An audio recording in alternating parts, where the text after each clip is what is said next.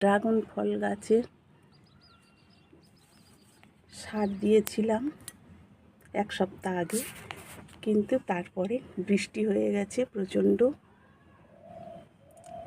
কে খেলো আর কে খেলো না বুঝতে পারা গেল না, কিন্তু এটা ফুল ঠিক দিয়ে গেল আর ফলও হয়েছে, কিন্তু এই ফলের সাইজ ছোট হয়ে যাচ্ছে, কারণ ওই বৃষ্টির সময় ঠিকমতো এরা ফুটলেও এদের পলিনেশন ঠিকমতো হয়নি, সেই জন্য আকারে ছোট হয়ে গেছে। আর এখানে একটা ফল পাখার মুখে, এই পাকার মুখে, আর এইভাবে